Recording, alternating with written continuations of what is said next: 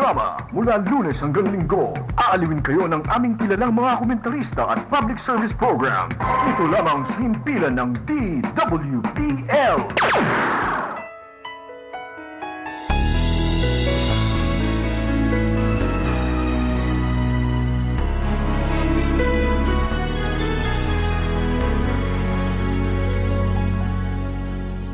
In humble adoration, I kneel before your throne.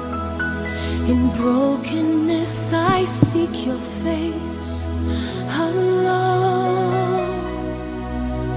Above you, there's no other who's able to restore my soul. Come and make me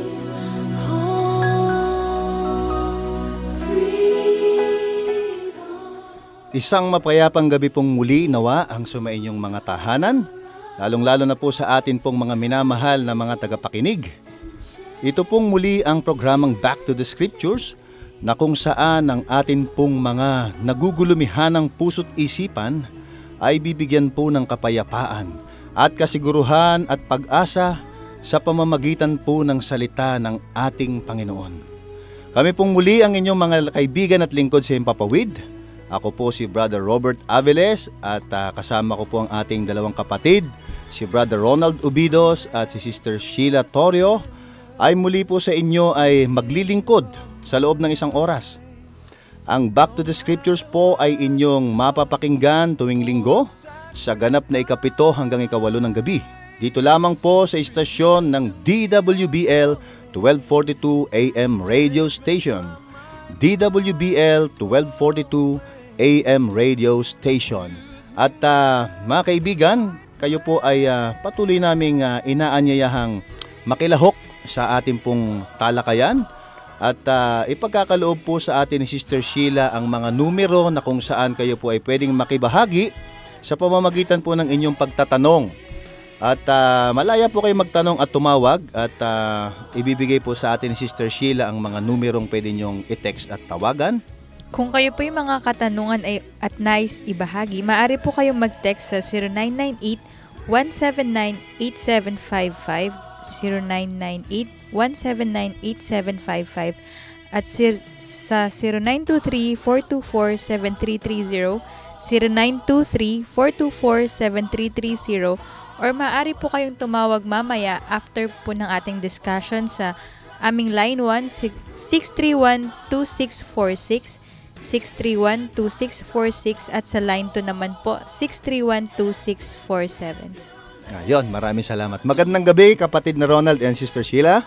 Magandang gabi, kapatid na Robert, Sister Sheila, at lalo na sa ating mga suking tagapakinig. Opo. Sa ating programang Back to the Scriptures, at talagang tayo po ay natutuwa sapagkat maganda at paganda ng paganda yung ating paksang tatalakayin. Opo. Lalo na ay ito ay itinataas natin ang pangalan ng ating Panginoong Kristo na siyang ating tagapagligtas. Oo, sa gabing ito ay talagang ito ay isa sa mga katanungan na nais nating i-share at bigyan ng kasagutan mula sa kasulatan tungkol sa identity ng ating Panginoong Kristo bilang siyang tunay na Mesyas. Kaya mga kaibigan, doon po sa kakatutok lamang ay kayo po inaanyayahan naming isang tabi mo ng inyong mga gawain at kayo po ay makinig sa talakayan sapagkat napakagandang muli ng ating pag-aaralan. Ito po ay may pinamagatang why do most Jews reject Jesus as the Messiah? Yun. Meron yan kasi sa panahon natin may naging kaibigan akong Hudyo. Ang sabi niya ay hindi siya naniniwala kay Jesus. Nalungkot ako. Hindi siya naniniwala. Pilipino ba siya? Hudyo? Hudyong puro. Puro talaga. Purong Hudyo. Kaya hindi siya naniniwalang si Kristo ang Mesiyas at hindi rin siya naniniwala na nabuhay na mag-uli raw si Jesus. Kung meron daw talang nabuhay na mag-uli si Jesus, sasambahin daw niya. Sabi ko, baka hindi nyo lang po sinubukang basahin ang Biblia. Oo. Kaya mga kaibigan, ito po ay napakagandang paksa. Ngunit bago po tayo magpatuloy, ay hihingi po tayo ng tulong sa pamamagitan ng panalangin ni Brother Ronald. Kami po ay lumalapit sa inyo, dakilang Diyos. Maraming salamat muli na kami ay inyong sasamahan sa programang Back to the Scriptures. Nais po namin na ituon sa banal na kasulatan at ibalik po sa pag-aaral ng banal na kasulatan o ang Biblia na siyang tanging otoridad para po magbigay sa amin at magturo ng tamang aral, tamang paniniwala na magbibigay at magdudulot sa amin ng kaligtasan. Kaya sa gabing ito, Panginoon, ay dinadalangin din po namin ang aming mga tagapakinig na nawa, Lord, mabless po sila sa aming pong gagawing pag-aaral tungkol sa anyong anak na si Jesus na siyang aming tagapagligtas bilang Mesyas na pinangako. Ito pong lahat ay aming dalangin sa pangalan ni Jesus. Amen. Amen. Okay. So, magandang umpisahan natin sa isang katanungang, bakit nga ba maraming hindi naman lahat, although, pero marami, no? Maraming mga Hudyo na nireject si Jesus as the Messiah. Samantalang sa kanila ipinangako ito. Oo nga, no? Kasi kung titignan natin, yung term na Messiah is a Hebrew term, no? At translation ng Mashiach, na talagang sila ang unang binigyan ng privilege, Brother Robert, na sa kanilang mismong lahi manggagaling. Sa kanila. Yung tagapagligtas natin. Pero unfortunately, parang na-miss ata nila yung point na ito. Kaya sa gabing ito, kung meron po tayong tagapakinig ng mga Jew, kasi ito ipinost natin, no? Mga Thursday pa ata yun, ay sana po makatulong po itong gagawin namin pag-aaral para tanggapin po natin na si Jesus po ang Mesiyas na ipinangako. So sa paghahanda nito, ang ating paksa na ito, kapatid na Robert, ay sinubukan kong humanap ba ng reference mula mismo sa mga Jewish apologists. At tama-tama, meron ako nakitang isang booklet na ang pamagat niya ay The Real Messiah, A Jewish Response to Missionaries. Ayun. Yan, sagot ng mga Jews sa missionaries. Ito po ay isinulat ng isang rabbi na si Aryeh Kaplan. At magpo-focus po tayo doon sa chapter 3 ng kanyang booklet, sa page 27 to 31, na pinamagatang Is Jesus the Messiah? Let's investigate. So, merong ilang pointers tayong pag-uusapan dito na ito ay isa sa mga hindrance or balakid or stumbling point kung bakit hindi nila tinatanggap na si Jesus, na kinikilala natin ng mga Christian na siya ang Mesiyas o Kristo na tagapagligtas, ay yung siyang tunay na hinaantay na Mesiyas. At alam nyo, ang maganda dito sa mga kaibigan na at mga kapatid natin, mga Hudyo, ay isa sa mga articles of faith nila, kapatid na Robert, no? Na ito ay kinompile noong 12th century ni Moises Maimonides, isang Spanish Jewish thinker. Gumawa siya ng articles of faith o yung pinaka-fundamental belief nila. At dun sa number 12 talagang nakalagay niya, we believe in the personal Messiah and that this Messiah will come someday. And he will bring everlasting peace to all the nations. Talagang they are expecting for it. In-expect So, talaga. hindi natin kine-question yung kanilang sincerity. Kaya lang, lumabas at lalabas talaga sa ating pag-aaral, sa pagsusuri ko, na nag-expect sila ng higit sa kung ano dapat ang ine-expect nila na Messiahs. Number 1, example, sabi rito sa booklet na ito, ni Rabbi Aryeh Kaplan, sabi niya, the Jewish Messiah is to be a human being, born naturally to husband and wife. He is not to be a God, nor a man born of supernatural or virgin birth, as the Christian claim. So, ibig sabihin, basic pala sa mga Jew na ang inaantay nilang Messiah ay isang ordinaryong taong kagaya natin. Isang tao na ipinanganak din ng isang mag-asawang lalaki at babae. No? At hindi kagaya daw ni Jesus Christ na kiniklaim natin na siya ay ipinanganak sa pamamagitan ng isang birhen. Isang birhen. At wala siya talagang tatay, nabuo siya sa tiyan ng nanay niya na walang tulong ng tatay.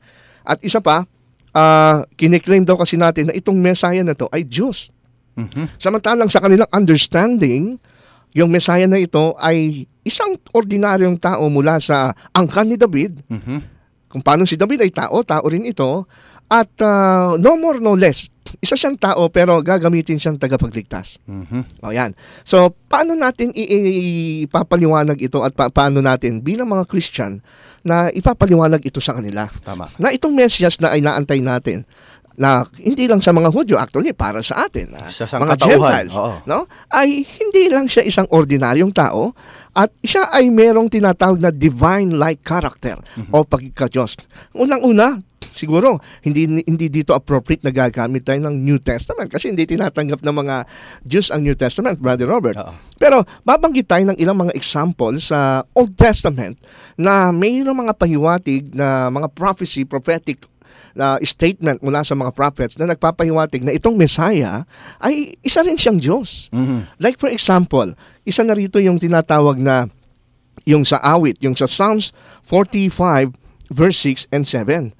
Pagka ito ay binasa natin, itong Psalms chapter 45 verse 6 and 7, isa po ito sa mga tinatawag na messianic passage sa Old Testament, sa aklat ng Old Testament, sa aklat ng mga awit na nagpapahiwatig kung sino itong Messiah na ito. Sabi rito sa 45 verse 6 and 7, ang iyong luklukan, O Diyos, ay magpakailan-kailanman. Setro ng kaganapan ang setro ng iyong kaharian. Ayun. Iyong inibig ang katwiran at pinagtataniman ang kasamaan. Kaya't ang iyong Diyos ay nagpahid sa iyo ng langis ng kasayahan ng higit kaysa iyong mga kasama. Ayun. Ang konteksto nito ay ito'y isang awit, no? Isang awit para sa isang hari. May trono eh. Oo, it's a kingly song para sa isang hari, pero it is more than a king kasi ito ay pinahiran ng langis ng Diyos. So, marami sa mga Jewish expositors ang tinatanggap na ito ay tumutukoy sa Mesyas. Pero kung mapapansin natin, dito ang Mesyas na pinangako ay tinawag na Diyos. Yun. Ang iyong luklukan, O Diyos, ay magpakilan-kailanman. Maaring isipin ng ilan sa ating mga kaibigan na bakit yung mga hukom naman noon at yung mga leader sa Israel ay tinatawag ding Diyos, no? As a representative. Pero in this case, Brother Robert, ay iba. Kasi tama sa Old Testament, pagka binasa natin, yung mga judges noon, ginagamitan sila ng title na Elohim. Pero as a group, pero itong binabanggit dito sa Isaiah 45 ay individual. Tawagin mong Diyos ito ay isa sa mga bagay. Kaya nga sa Bagong Tipan ito ay sinipi, no? Na ito ay kinote sa Hebrews chapter 1 na doon ay muling itinungkol at ikinapit sa Panginoong Hesukristo. At ang totoo niyan, nung ito ay i-quote sa Hebrews chapter 1 verse 8 sa Bagong Tipan, ay mayroong mga karagdagan ding mga statement dito sa aklat ng Hebreo na kinote din sa Old Testament na magpapatunay na hindi ordinaryong tao itong Messiah. Sabi kasi rito sa Hebreo 1:6 muna, at muli, nang dinala niya ang panganay sa sangkatlupaan ay sinabi, sambahin siya ng lahat ng mga anghel ng Diyos. Ayun, sinasamba. Biruin mo, kung tao ito, it is blasphemy na ipapasamba ng Diyos. Diyos pa nag-utos, no? Blasphemy yon. Buti kung tao nag-utos, but it is God Himself. Nang sabi niya, sambahin siya ng lahat ng mga anghel. At itong quotation na ito, Brother Robert, not exactly sa makikita ito sa Deuteronomy 32:43, sa Septuagint version ng Old Testament na Deuteronomy 32:43. Kasi sa Masoretic text, wala yung phrase na at sambahin siya lahat ng mga anghel. Wala yun sa Masoretic text, no? Pero nasa Septuagint siya. Yung Septuagint, translation ng Old Testament Hebrew into Greek. At ito ang Bible na ginagamit at kino-quote ni Jesus Christ at ng mga alagad. Yun ang ginagamit. That's why naipasok ito doon sa Hebreo 1:6 na siya sambahin ng mga anghel. Ang totoo niyan, yung sa Deuteronomy 32, ang tinutukoy dyan is yung God si Yahweh, na sambahin ng lahat ng anghel. Pero the fact na ito ay ikinote sa New Testament at ikinapit kay Jesus Christ, therefore si Jesus Christ, the Messiah, is also God. Tama yan. Oo, kaya nga tinawag siyang Diyos. Ngayon, siguro dyan nagtaka ka sa Bible mo na ang Biblia, doon sa awit 45, ang nakalagay, ang iyong luklukan ay nakasalalay sa Diyos. God is your throne. Meron kasi mga nagtatanong sa atin, bakit sa ibang translation ang nakalagay, Diyos ang iyong trono? Yun po ay isang maling translation. Ang tama po, ang iyong luklukan o Diyos. Kasi po, kung titignan po natin sa context ng Hebrews chapter 1, ay ito'y comparison between the authority of the Son of God versus the authority of angels. Kasi kung ang translation ay ang iyong trono ay mula sa Diyos. Ayun. Yun ang translation. Bakit? Yung mga anghel din naman ay nakasalalay ang kanilang kapangyarihan din sa Diyos. So what's the difference? What's the point of difference and comparison ni Jesus Christ at ng angels? Pareho lang naman na nakasalalay ang kanilang kapangyarihan sa Diyos.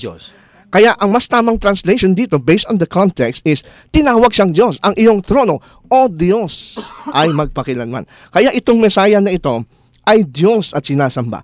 Isa pang talata na nagpapatunay na itong Messiah ay Diyos ay yung nandito sa Isaiah 9:6. Ito ay walang duda ay bahagi ng tinatawag nating messianic prophecy or passages sa aklat na Isaiah.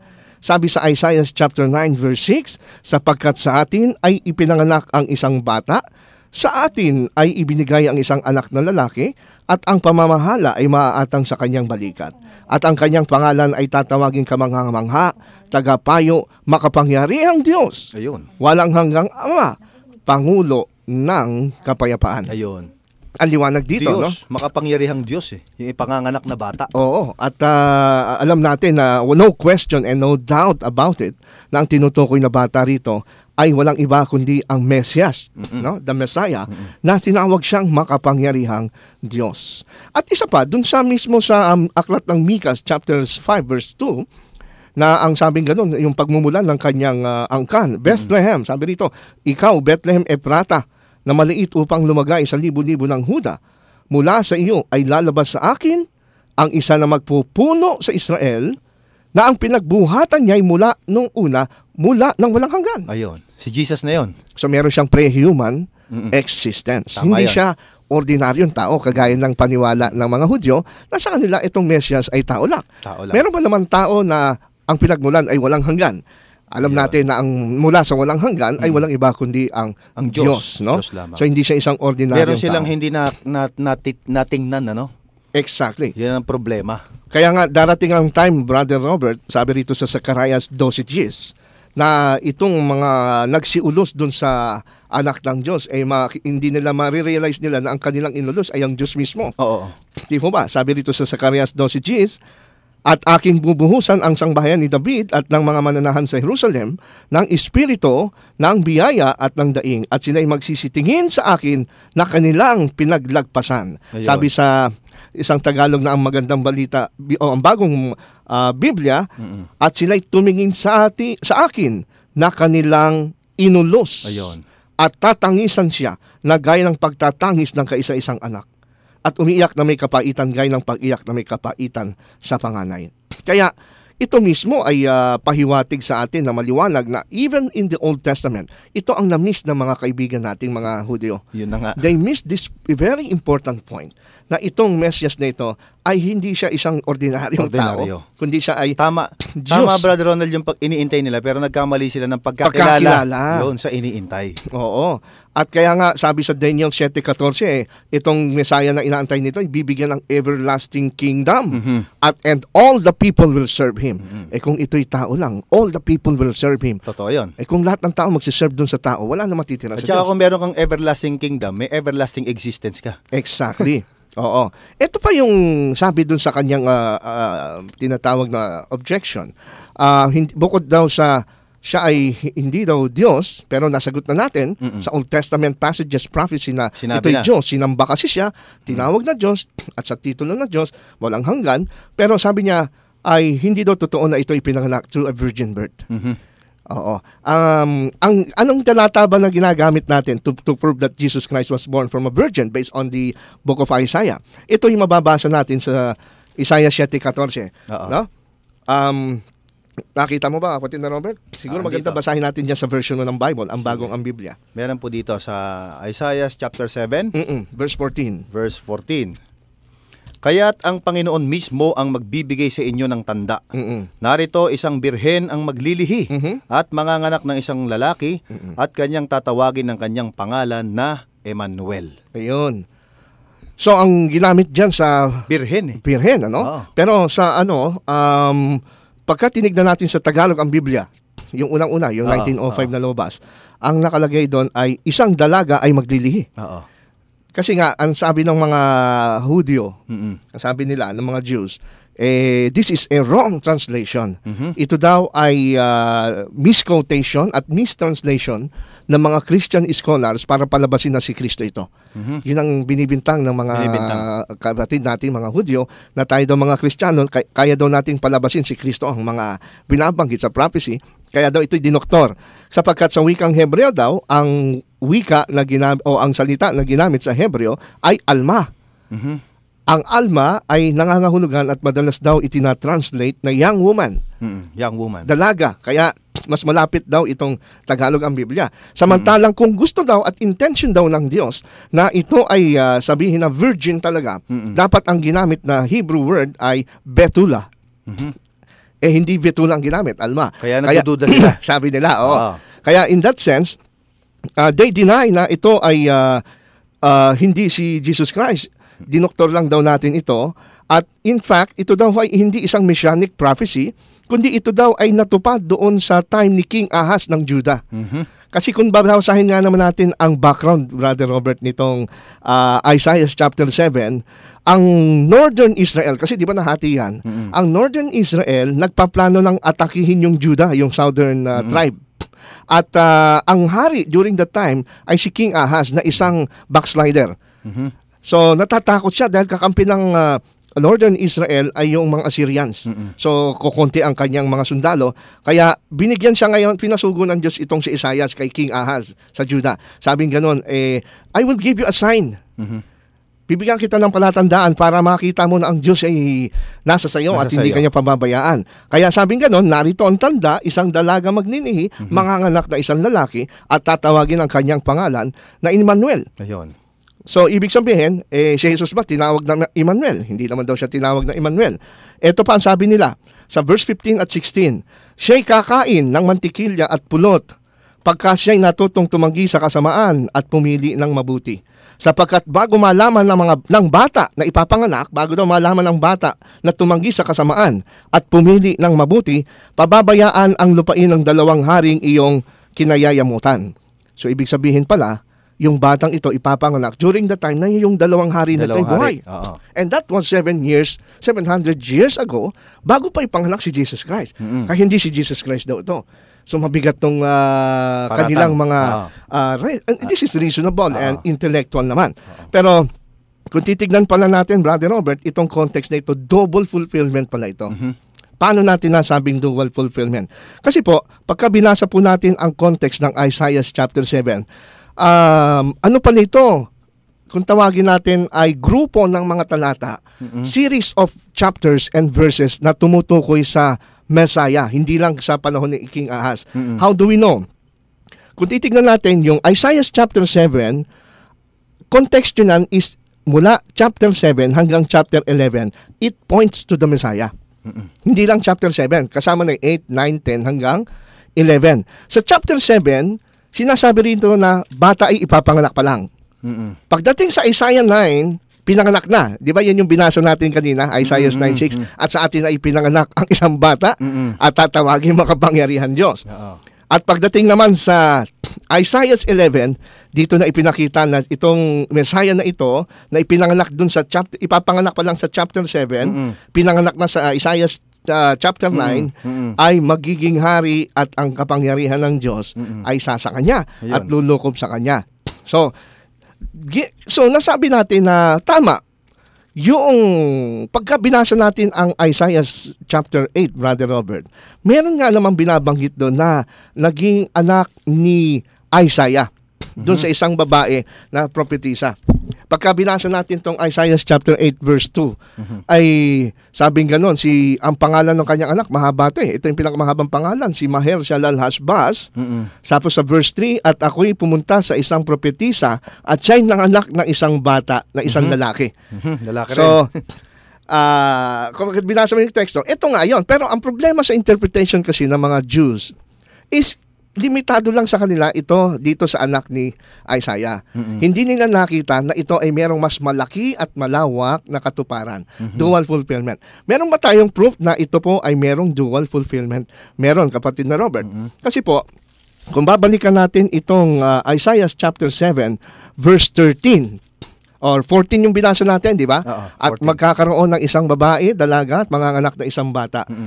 Pagka tinaas natin sa verse 13, ito ibabasahin ko sa dyan sa Tagalog, kapatid na Robert. Okay. Itaas mo sa verse 13 kung sino ang tinutukoy talaga nitong propesiya. Ito po ang binabanggit, mga giliw ng tagapakinig. Sa 13. Sa 13, at kanyang sinabi, dinggin ninyo ngayon, o sambahayan ni David. Oops. Okay. Dinggin ninyo. Ano sabi? Dinggin? Ninyo. Hindi sinabing dinggin mo. Mm-mm.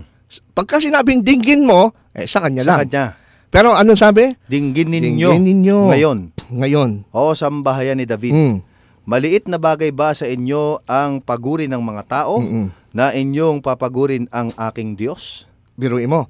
So ang ina-address at kinakausap pala nitong prophetic statement na Madami. ito, sa inyo na linya House of David. House of David. At si King Ahaz ay kasama sa Huda, siya kanya dadaan din, siya part ng line ni David nadadaanan ng panganganakan ng Mesyas. Tama. So therefore, ito palang 714 na manganganak na isang dalaga, hindi limitado sa panahon niya. Tama. Kasi ang inaatake dito is si King Ahaz na kung saan dun manggagaling ang Mesyas. So therefore, at di siya iba, kaya doon sinasabi. Oo, kaya sa verse 13, plural ang ginamit. Ang inyo sambahayan ni David. So, hindi lang sa panahon ni Ahaz, ito'y tumutukoy din doon sa line of David hanggang sa lumabas ang Messiah. So, meron itong dual fulfillment. Kaya, sabi nga ni Norman Geisler doon sa kanyang book na When Critics Ask, dual fulfillment ito. First, it came as a sign of physical deliverance of Israel from bondage to which they were going under invading Assyrians. Second, it came as a sign of spiritual deliverance of all the God's people from spiritual bondage of Satan. Tama. So tama, dual fulfillment. Natupad nung panahon ni King Ahaz, physical deliverance. Pero merong mas malawak, which is yung tinatawag natin spiritual. Kaya nga, tignan nyo, paano magiging sign, paano mo sasabihin mali na ito ay translate na virgin? Hindi sign ito kung isang babae lang manganganak. There is no extraordinary pagka ang isang babae na may asawa yung manganganak. How can it be a sign? Magiging sensible na tawagin itong sign or tanda or miracle kung isang dalaga na walang asawa magkakaanak. Tama yon.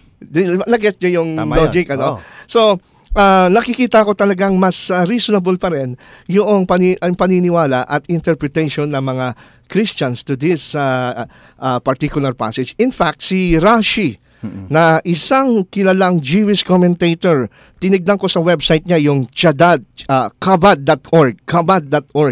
Ito'y Old Testament along with the Jewish commentator Rashi, na isang French commentator ito nung Middle Ages. Sabi niya dun sa 7:14, and some interpret that this is the sign that she was a young girl and incapable of giving birth. Pag sinabing incapable of giving birth, it takes a miracle para ipanganak ito. Para makakapanganak.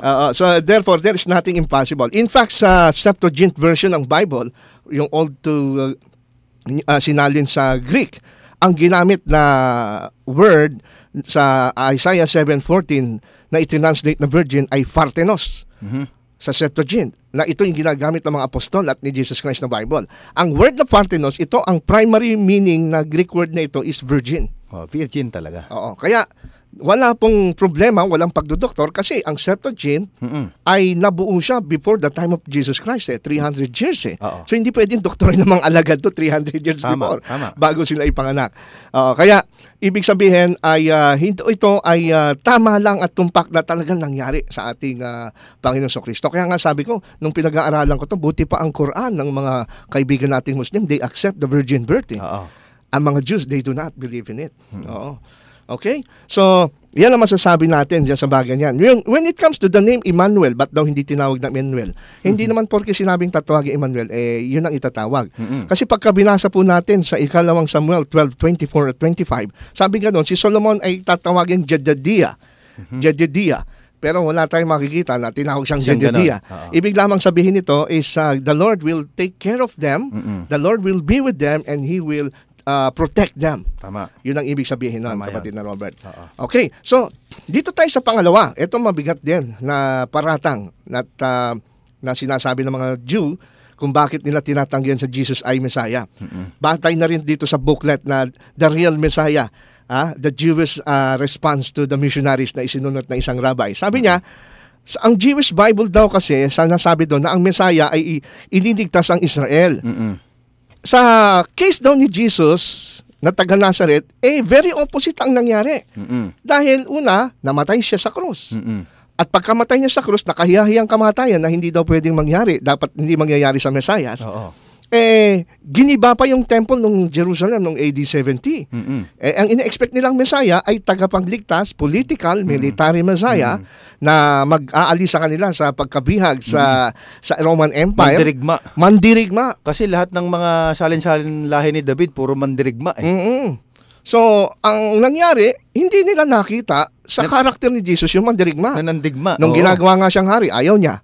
Tapos nung siya ay pinako sa krus, namatay. Tama. Nagkawatak-watak yung mga alagad niya. After 40 years, nung 70 AD, nabigay ba yung templo ng Jerusalem? Dapat magtayo siya ng templo. Tapos, yung mga Hudyo, after that, na-exile na for 1,900 years na persecution. Andiyan na ngayong Holocaust, di ba? Yung pinagpapatay yung 6 million Jews ni Adolf Hitler. At napunta pa sa iba't iba. At anong nangyari sa mga Hudyo? Napasama ang kanilang sitwasyon. Tama yun. Kaya, ang sabi nila, kayong mga Christian, sinasabi nyo may second coming na lang kasi alam nyong pumalpak yung kanyang yung Mesiah sa kanyang pagpunta rito, yung unang pagpunta. Kaya yung sabi nila, yung doktrina daw natin na second coming, ito daw ay parang, ito na lang daw yung ating palusot. Ito na lang daw yung ating, sabi nga nila, pang patch up. Do sa disappointment ng Mesiah na dumating na hindi tagapagligtas. Pero kung titingnan natin, Brother Ronald, no, yung prophecy ng Isaiah at saka yung Psalms, hindi nila na tingnang mabuti yung dinidescribe na suffering Messiah. Yes. Who would be persecuted and killed. Tama. Di ba?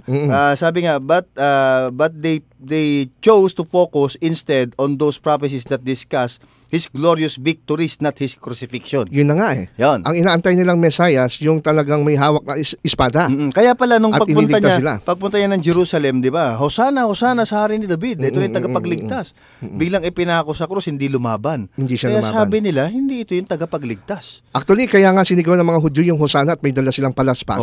Yun daw pala ay ayon sa mga historians, ito ay palatandaan na parang sinasabi ng mga Hudyo, eto na kami, susuportahan ka namin. Simula mo nang pataubin ang mga Roman, andito lang kami sa likod mo. Kaso hindi ganun nangyari. Kaya siguro nagalit sila, crucify him. Kaya hindi mo masisisi, di ba? Sumigaw sila, crucify him. Kasi naisip nila na disappoint sila Tama, kapatid. Kasi kaya hindi nila in-expect no? Kaya nga sinabi nga nila, we are the suffering Messiah. Kasi tayo ay laging... Hindi sila naniniwala dyan. Actually, yung mga Jews, there is no such thing as suffering Messiah. Sabi nila, pagka dumating si Kristo, sabi nila, one of the major tasks of the Messiah is to bring peace to the entire world. Sabi nila, in the time of the Messiah, there are to be no more wars and manufacture of arms will cease. Agad-agad ang expect nila. And sabi rito, and the nation shall not lift sword against nation. Wala na daw gera. Wala na daw digmaan, wala nang sakit. When the Messiah will come, He will destroy all the evil and all the idolaters. At lahat daw ng pero tao kung titingnan sasamba natin, sa isang tama Diyos. naman. Pero yung may na-miss lang sila. Exactly. Hindi nila gusto nila, ang nakita nila, tama ka dyan, Brother Robert, yung sinabi mo kanina na sa Bible, dalawa ang pagkakakilala sa Messiah, no? Isang suffering Messiah and then the glorious Messiah. Actually, hindi nila nakita yung suffering part ng Messiah. Yun. Ang nakita nila yung glorious part ng Messiah. Kaagad. Kumbaga sa bilang na 1 to 10, ang nakita nila yung 6 to 10 lang, hindi nila nakita yung 1 to 5. Yun ang problema. Nalaktawan nila. Kaya nga sabi, di ba, walang kulang, walang sobra sa salita ng Panginoon. Lahat tatanggapin mo at baybayin mo. Dahil walang magkukulang. Pero kita mo itong mga tagasunod ni Kristo kagaya ni Pedro, isa siyang Hudyo. Sabi ni Pedro dito sa unang Pedro 1:10 at 11.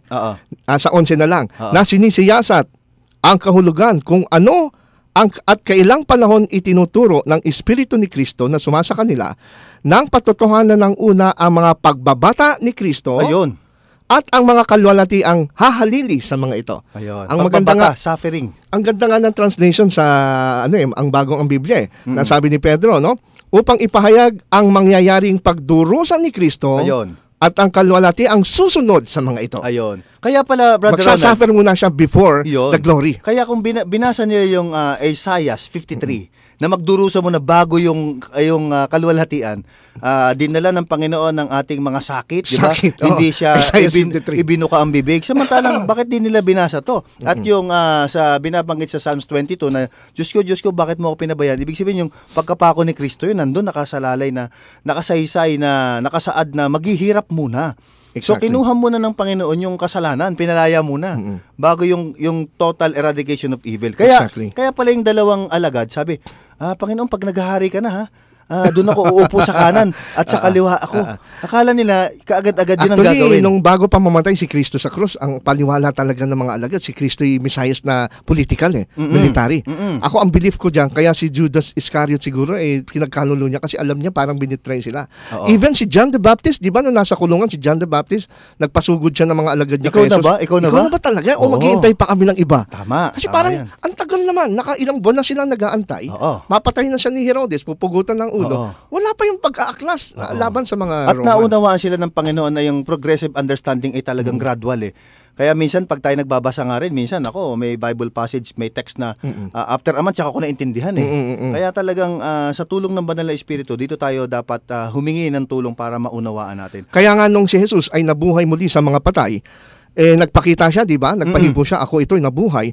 Ito ngayon yung mga paliwanag niya, sabi sa Lucas 24:26. Ayan. Hindi ba kailangan ang Kristo ay magdusa Ayun. ng mga bagay na ito at pagkatapos ay pumasok sa kanyang kaluwalhatian? Ayun. Kasi Magdusa nung muna. nabuhay siya, Oo. mas madali na siyang maintindihan kasi namatay na siya at nakita talaga nilang nabuhay. Tama. At tapos sabi niya sa verse 46, sinabi niya sa kanila, ganyan ang nasusulat Ayun. na kinakailangang magdusa ang Kristo at muling mabuhay mula sa mga patay sa ikatlong araw. Ayun. Tama yan, Ang kapatid. problema, hindi nila nakita yung pagdurusa. Ito pa kapatid, no? Dahil nga nakapokus sila, excited sila sa sa victory na mangyayari. Kasi hindi mo rin sila masisi sa hirap naman ng Siyempre, kanilang dinanas. sa tagal ng Oo, sa tagal ng panahon. captivity sa kanila. Ito nga, binanggit ni sa Mateo 20:20. Sabi dito, pagkatapos ay lumapit kay Jesus, ang ina, yun na nga, binanggit. Tapos, may sinabi dito, kung di ako nagkakamali sa isang talata, yung kapatid, si Pedro, di ba? Sabi ni Pedro, habang nagkikwento ang Panginoon, ako'y pupuntang Jerusalem, ako'y ipagkakanulo, ako'y papatayin.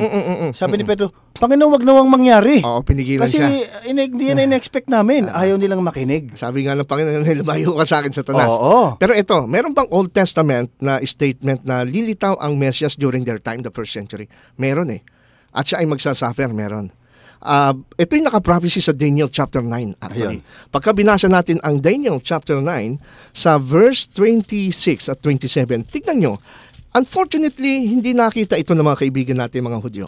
Pagkalipas ng 62 sanlinggo, ang Mesayas ay mahihiwalay at mawawalan. Ayun. The Messias ang tinutukoy rito. Ang binabanggit dito yung paglitaw ng Mesias, di ba? Oo. Siya ay lilitaw after 69th week. Kasi ito yung prophecy of the 70 weeks, no? 490 years from the time na i-restore ang Jerusalem noong 457 BC. So, sabi rito, pagkalipas ng 62 sanlinggo, so ito na yung ika-69th week, ang Messias ay mahihiwalay at mawawalan. Sa English Bible, the Messiah will be cut off. Cut off. Oo. Mamamatay siya. Mamamatay. He will be cut off. Ito ngayon ang mangyayari. After na mamatay ang Mesias at ang bayan ng pinunong darating ang wawasak sa lunsod at Ayun. santuaryo. Aha. Ang wakas nito ay sa pamamagitan ng baha. Ayun. Hanggang sa katapusan at magkakaroon ng digmaan, ang pagkasira ay itinakda na. Ayun. Ibig sabihin, pagka lumitaw pala ang Mesias, Aha. mamamatay ang Mesias, and then after nung kamatayan ng Mesias, yung lunsod ng Jerusalem at yung sanctuary mawawasak. Gigibain. Oo. Ito yung nangyari nung destruction ng 70 AD. Correct. Ng Under, mga Romano. under General Titus. Tama yun. Na Natupad. anak ni Vespasian. Oo. So, ibig sabihin, yung paglitaw ng Mesayas, lilitaw siya bago magiba yung temple. Correct. Tama. Problema, yung mga Hudyo nag-aantay pa rin hanggang ngayon ng Mesayas. Giba na yung temple. Yun. Nakalimutan nila yung pagkakasunod-sunod ng sinasabi. Nakalimutan nila ito. Ito pa maganda, kapatid na Robert, no? Sa prophecy dito sa Haggai. Sa Haggai, may prophecy dito ang Panginoon na meron darating na mas dakila pa kaysa sa templo. Sa Haggai 2:7 hanggang 9, aking uugain ang lahat ng mga bansa upang ang kayamanan ng lahat ng mga bansa ay dumating.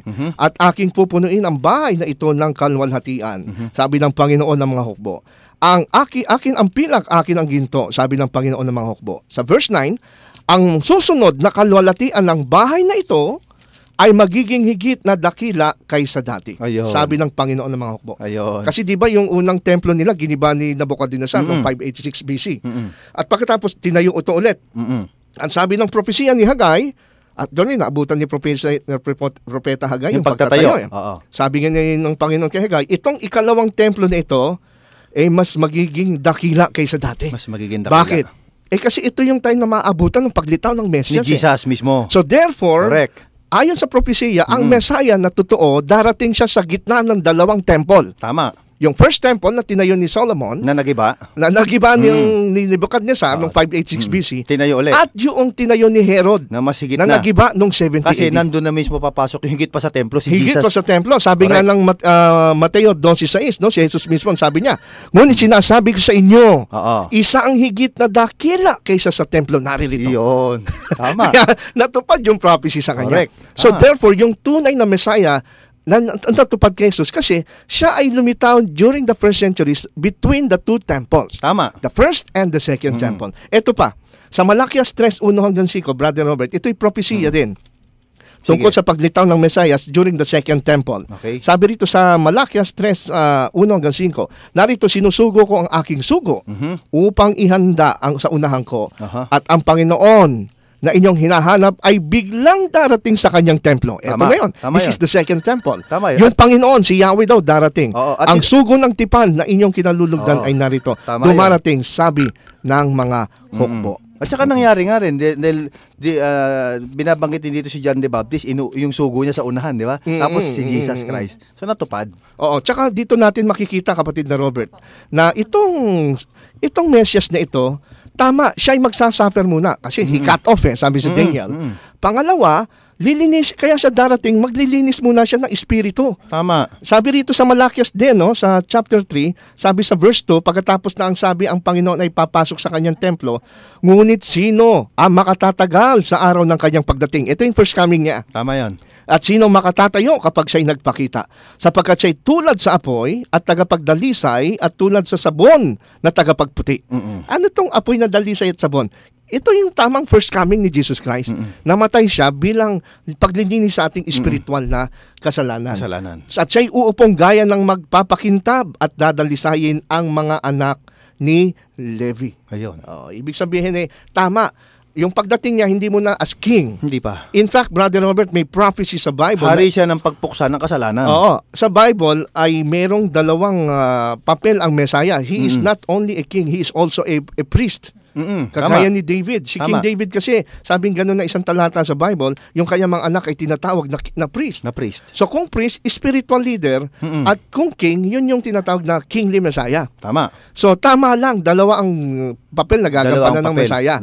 Yung first coming niya, nung siya'y pinanganak ni Maria, as a priest, tagapamagitan at handog sa ating kasalanan. At sa susunod, sa second coming, as a king. Hari na. Kaya nga merong Brother Robert sa mga Jewish writings, merong tanong yung mga rabbi sa Talmud, sabing ganon, paano ba darating ang Messiah? Siya ba ay darating na nasa alapaap?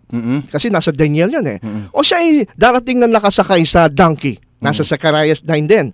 Ang mga Hudyo nalilito sila rito. Kung alin doon. Paano siya darating? Pero sabi nung sagot nila, nung kanilang mga rabbis, kapag tayo ay makasalanan, siya ay darating lamang sa donkey. Pero pagka tayo matuwid na, siya ay darating sa alapaap. Ang di nila naintindihan, itong pagdating ni Kristo sa clouds at sa donkey, it refers to His first and second coming. Tama. Tignan nyo, nung first coming, sumakay siya sa donkey. Kasi nga, para sa kasalanan. Pero yung second coming ng hari na ito, na Messiah, sa clouds, ito na yung second coming. Correct. Isang Messiah na may dalawang face ng pagparito, hindi isa lang. Hindi lang isa. Oo, napakaliwanag. Yun ang na-miss talaga nila. Tsaka tama ka, Brother Robert, yung suffering Messiah, Isaiah 53. Ito yung pagkabinasa mo ang buong chapter na yan, yan nga yung tinatawag na the fifth gospel. Pagkatapos niya munang maglatay, bibigay yung trono Oo. So, dahil sa kanyang mga latay, tayo'y pinagaling. Nagsigaling sa kanyang latay. Tama. Kaya nga yan ang tinatawag na gospel sa Old Testament. Hindi niya ibinuk ang kanyang mga bibig. Hindi siya, parang gayang tupa sa katayan. Okay. So, kung kayo po ay isang Hudyo at sa palagay po ninyo ay naliwanagan po kayo sa tulong ng banal na Espiritu sa ating pinag-uusapan, ay inaanyayahan po namin kayo na pag-aralan niyo pa ang kasulatan sa sapagkat ang katotohanan na si Jesus po ang pinangakong Mesayas ay hindi ho natin ito maaaring ma-miss sa banal na kasulatan, sapagkat marami pong mga talata gaya ng po ng ating mga naipaglingkod ay nagpapatunay na talagang si Jesus na ipinanganak sa Nazareth ay siyang tunay na Mesayas na inaantay. At nabanggit din po natin na itong Mesayas na ipinangako ay lilitaw siya during na ang Second Temple ay nakatayo pa. Tama. No? At hindi na po lalabas ang Mesayas after the destruction Wala of the na. temple noong Oo. 70 AD. Oo. Kaya kung naghahanap po kayo ng tagapagligtas, dumating na po ang tagapagligtas in the person of Jesus Christ, the Son of God. Tama At mababasa niyo po ang kanyang buhay, ang kanyang mga aral sa Bagong Tipan, particularly sa Four Gospel, at siya po ang tinikilalang Panginoon at Diyos at tagapagligtas. Okay. Yan Salamat, po. Brother Ronald. Siguro, entertainin natin yung mga may tumatawag kay Yes. Sister Oo Sheila, nga no? pala. Sige. Kasi we have 15 minutes na lang ang natitira. Sige. Okay, Brother Ronald, sabi sa akin nung isang Jews na kakilala ko, yung sa Isaiah 53 daw, ang tinutukoy daw doon ay ang bansang Israel at hindi ang Messiah kasi nga naman Suffering servant, suffering no? servant, oo. Suffering servant. Well, yan ang sabi rin ng mga Sorrows. nakakausap kong mga Jews, no? Na ang tinutukoy daw dito ay hindi daw po si Messiah, kundi Nation of Israel. Which is, hindi po yan ang original na interpretations ng mga early teachers ng mga Jews. For example, si Rabbi Moshe Al-Sheikh, ito'y kilalang Jewish commentator, sabi niya, our rabbis with one voice, yung rabbis, one voice, One voice. Isa lang. accept and affirm the opinion that the prophet Isaiah is speaking of the King Messiah. And we shall ourselves also adhere to the same view. Ayun. Ibig sabihin, talagang itong stand. Alam nyo, naintindihan natin kung bakit binago ito nitong 12th century. Nagbago ito nung 12th century. Sinabi nila ito sa Israel lang kasi that time, usong-uso yung crusades. Di ba? Yung yung Christian crusades ng Catholic na kanilang kinukupkup ang Jerusalem at inaapi ang maraming Hudyo na napapatay. Kaya galit sila sa mga Kristiyano at mga Gentile. Pero hindi po totoo na ito po ay yan ang modern na interpretation nila ngayon, Sister Sheila. Pero ang mga early Jewish rabbis, they believe that this is Messiah the King. Kasi unang-una, pagka binasa mo ang buong Isaiah 53, ang tinutukoy doon na suffering servant is righteous. At walang daya sa kanyang bibig, sabi doon sa Correct. last part ng Correct. verse. Tama Walang yan. daya sa kanyang bibig, siya'y matuwid.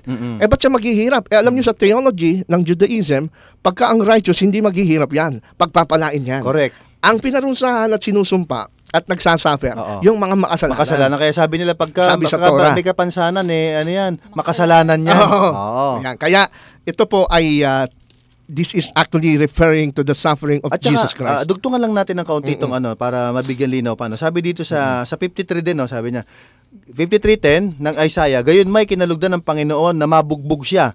Kanyang inilagay siya sa pagdaramdam. Pagdating po dito sa 11, kanyang makikita ang bunga ng paghihirap ng kanyang kaluluwa at masisiyahan siya sa pamamagitan ng kanyang kaalaman. Yes. 12, kaya't hahatian ko siya ng bahagi na kasama ng dakila at kanyang hahatiin ang samsam na kasama ng malakas sapagkat kanyang ibinuhos ang kanyang kaluluwa sa kamatayan at ibinilang na kasama ng mga lumalabag. Gayon may pinasan niya ang kasalanan ng marami. So hahatian siya, pagkatapos nung suffering niya, gloria na. Oo, kaya yung mga kaibigan nating mga Hudyo, hindi ho ito sa inyo tumutukoy itong suffering servant. Pero kasama kayo sa ililigtas nitong suffering servant. Tama yun. Kasama Tama kayo. Kasi sabi sa pamamagitan ng kanyang latay, gumaling tayo. Gumaling tayo. So, kung ito yung mga Hudyo, nung sila inilatay during the time of the Nazis, wala namang gumaling na bansa eh. Kaya magtataka yung iba, magtatanong, kung sumasampalataya ka kay Kristo, di kayo niligtas na sa paghihirap, bakit naghihirap ka pa ngayon? So, ganun din sa gaya ng ating Panginoon, maghihirap din muna tayo sa lupa, bago sa pagdating ng Panginoon sa alapaap ng langit, iibsan niya na yung ating paghihirap. Tama. So, ganun din. Okay, next Sister Sheila. Galing po to kay Sister Princess. Meron po bang malinaw na genealogy si Muhammad? Yeah, si Princess Mayer, yung ating suki. Magandang gabi sa iyo, nakikinig ka. Mayroon siyang bumili siyang radyo, no? Para sa atin lang. Ang tanong niya kung meron bang malinaw genealogy si Muhammad ng Islam. Meron pong isang Muslim, si Syed ang pangalan niya. Naglista siya ng 24 generations from Abraham to Muhammad. 24 generations. Pero I don't think na ito po ay accurate generation o genealogy kasi pagka kinenta natin yung 24 generations from Abraham to Muhammad, ay lalabas na si Abraham na buhay lang noong 150 BC.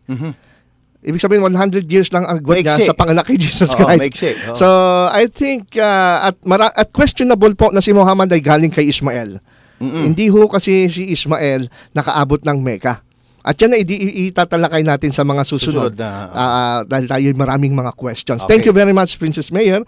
Yun po ang genealogy ni Muhammad. Questionable po yung kanyang link kay Ismael at yung ginagawamit ng mga Islam na 24 generations from Abraham to Muhammad ay hindi po historical. Okay, salamat po.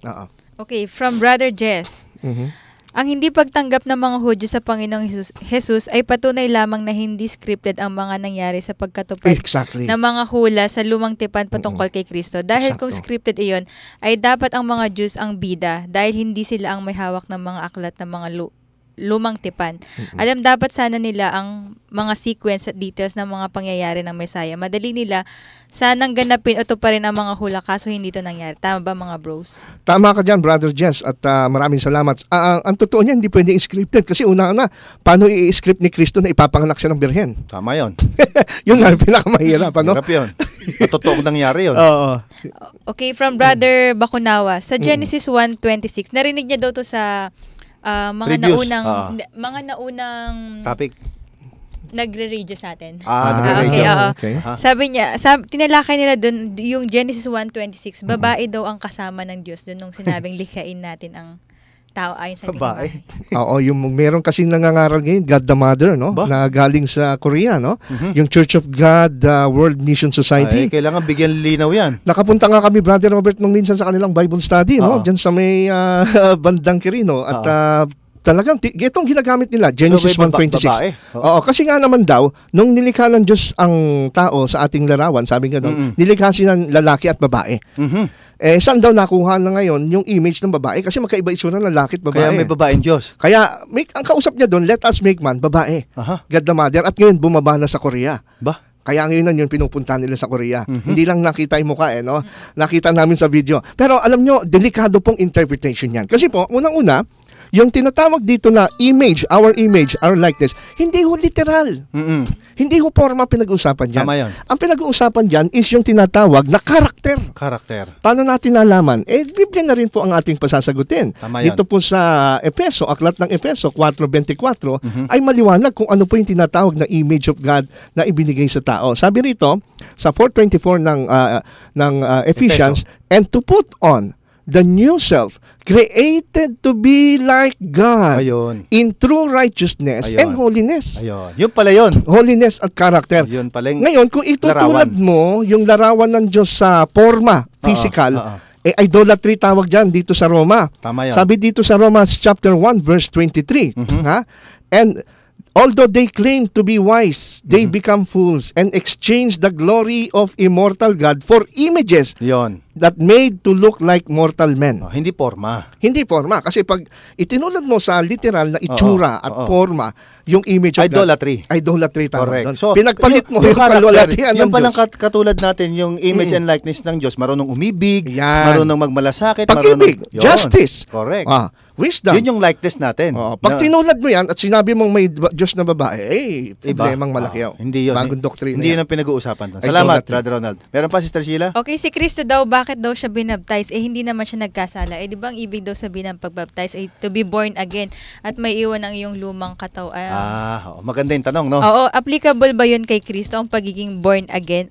At kung nagkukunwari naman daw siya na nagkasala, hindi ba ka-plastikan yun? Hindi nga naman daw nagkasala si Kristo. Oo. Bakit kailangan pa siyang mabaptize at maborn Maganda again? yun, maganda yun. Oo, actually, si John the Baptist, ganyan yung kaisipan din niya. Sabi Oo. sa Panginoon, dapat ako ang bautismo Oo, eh. hindi ikaw. Hindi ikaw. Pero ang sabi ni Kristo, sabi niya sa Matthew chapter 3, verse 15, Jesus replied, let it be so now, it is proper for us to do this to fulfill all righteousness. Ayun. Hindi niya sinabi na, kaya ako magpapabaptize, makasalanan ako. Hindi, oo. To fulfill all Gawin mo righteousness. lang ngayon, sabi niya. Sabi kasi sa Pedro, si Kristo ay nag-iwan sa atin ng halimbawa. Halimbawa. Kagaya ng Diyos, nung ikapitong araw, siya'y Oo. nangili ng ikapitong araw. Tama yun. Ibig ba sabihin, sumusunod siya sa utos niya? Oo. Hindi.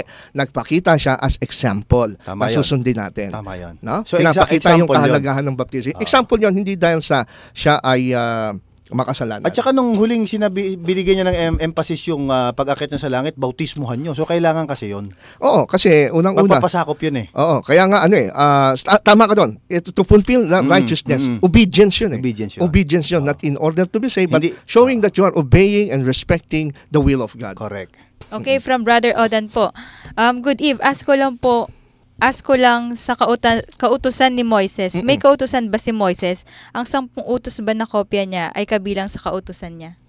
Kaya po tinawag na kautusan ni Moses, hindi dahil sa kanya galing. Hindi ho siya sumulat. Kasi pag sinabing kautusan ni Moses, ito yung kautusan na ibinigay sa pamamagitan ni Moses bilang tagapamagitan. Yun. Bilang tagapamagitan. Ibig sabihin, kasi namagitan siya sa gitna ng Diyos eh. Tama yan. At ng tao. Pero it doesn't mean siya po ang source. No? So, yan po ang masasabi natin. Okay, wala na tayong time. Meron ka pang katanungan. May katanungan pa pala tayo. O baka makalimutan ko. Si Brother Agustin ba? Brother Valerio Agustin, tatay, magandang gabi po sa inyo. At maganda yung question niya, no? Balikan lang daw yung Gawa 9:1-2. Sa kanyang pagkaintindi ay yun daw tinutukoy doon na inuusig ay hindi mga Kristiyano. Mga Kristiyano nangingili ng Sabat ay hindi doon sa sinagoga, kundi nasa lubong sa daan. Kumbaga sa highway. Pakipaliwanag nga daw po ito. Siguro maganda basahin natin sa English, sa NIV, sa Acts chapter 9. Meanwhile, Saul was still breathing out murderous threats against the Lord's disciples. He went to the high priest and asked him for letters to the synagogues in Damascus. Synagogue in Damascus, so that if he found any there,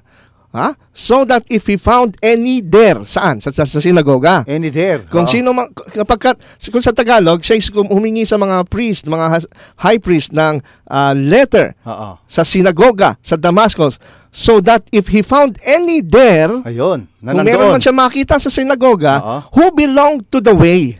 Who belonged to the way. Whether man or woman, he may take them as prisoners to Jerusalem. Ayun. So maliwanag, no? Kaya pala si Pablo ay humingi ng letter bilang permission na hulihin niya yung mga Kristiyano, lalaki at babae, saan? Sa sinagoga. Na kabilang doon sa tinatawag na the way. The way, na daan. Kabilang yung sa the daan. Way, yun ang tawag na palayaw sa mga Kristiyano noon. Ayun. Kaya nga sa Tagalog, letter D niya is capital eh.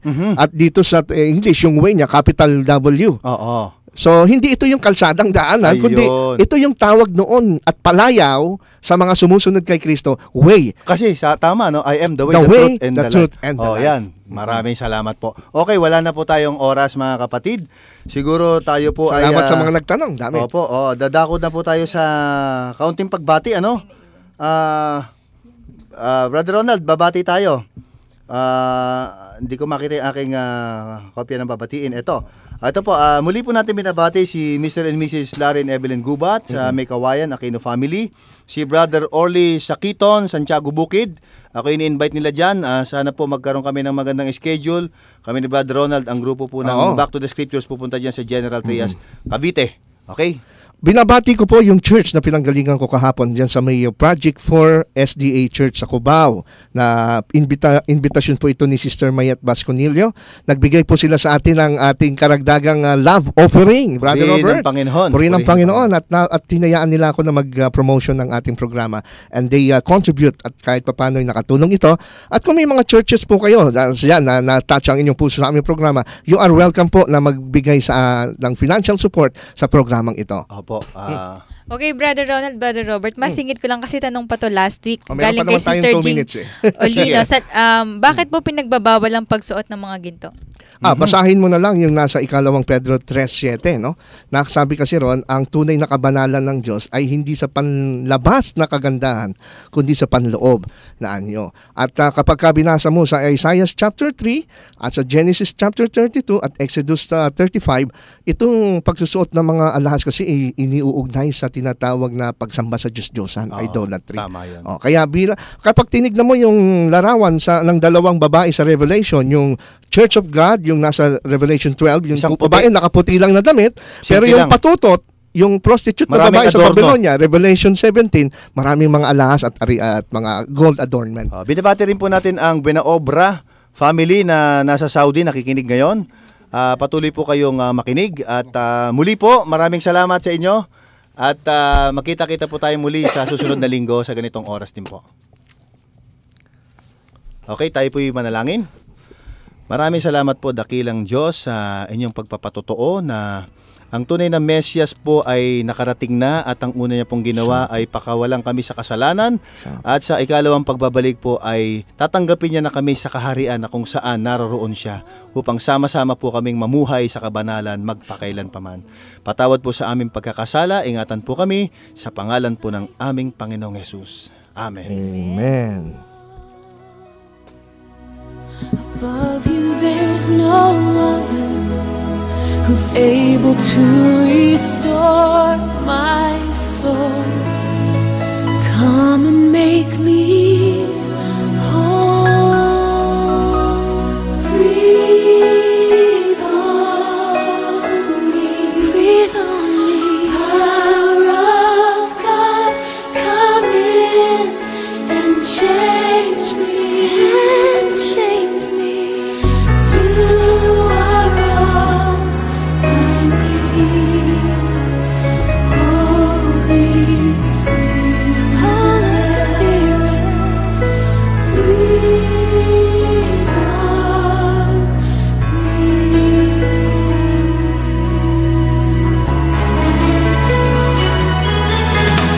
I'm ready to surrender, to give you all my life, no matter what the cost or sacrifice.